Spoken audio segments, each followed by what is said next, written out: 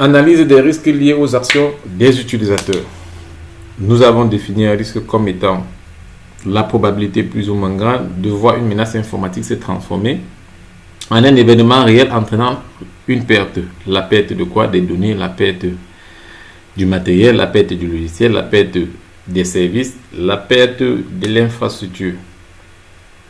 Le risque des utilisateurs, le risque lié aux actions des utilisateurs, c'est un risque qui est très important, malgré que nous semblons les ignorer, malgré que nous semblons les minimiser. Il concerne les utilisateurs du système d'information. Il concerne également les informaticiens qui déploient des solutions permettant l'exploitation de l'activité de l'entreprise. Il existe 3 types d'actions des utilisateurs sur le réseau qui sont considérés comme des risques, notamment la maladresse. Avec la maladresse, il peut arriver aux utilisateurs d'exécuter des traitements non souhaités ou d'effectuer des actions involontaires, notamment la suppression des données, notamment la suppression des programmes, notamment l'extinction du système informatique, etc., etc. Toutes ces actions sont dues à des erreurs, toutes ces actions sont dues à des actes non volontaires.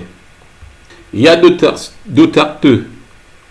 actions des utilisateurs qu'on qualifie d'ignorance.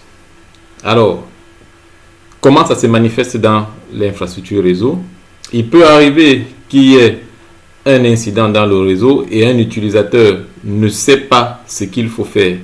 La première des choses qu'il fait, c'est d'exécuter une procédure qu'il a dans sa tête. Et donc, en exécutant cette procédure, ça compromet un objectif de sécurité qui a été défini dans la PSSI.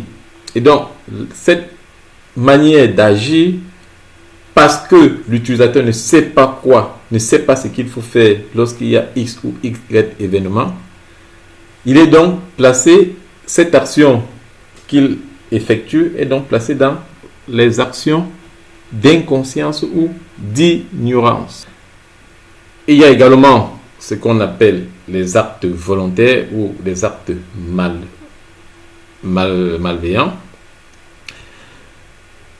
Pour des raisons très diverses, des utilisateurs peuvent volontairement mettre en péril le système d'information ou y introduire en connaissance de cause des virus.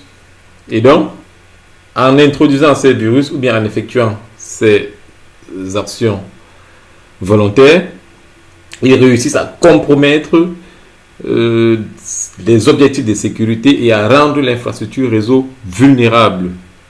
Toutes ces actions sont des actions liées à l'utilisateur et que nous devons prendre au sérieux.